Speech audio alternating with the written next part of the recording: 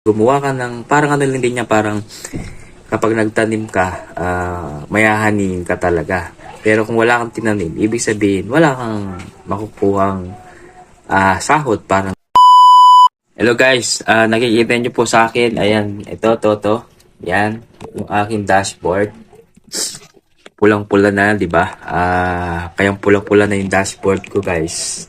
Hindi na ako nakakapag-upload. Siyempre, mamumula talaga po yung dashboard na yan kapag hindi ka nag-upload. Tapos, depende yan, guys. Depende yan kung marami ka pang views yung mga previous content mo. Pwede pa yun kasi counted pa yun. Tapos, sensya na guys.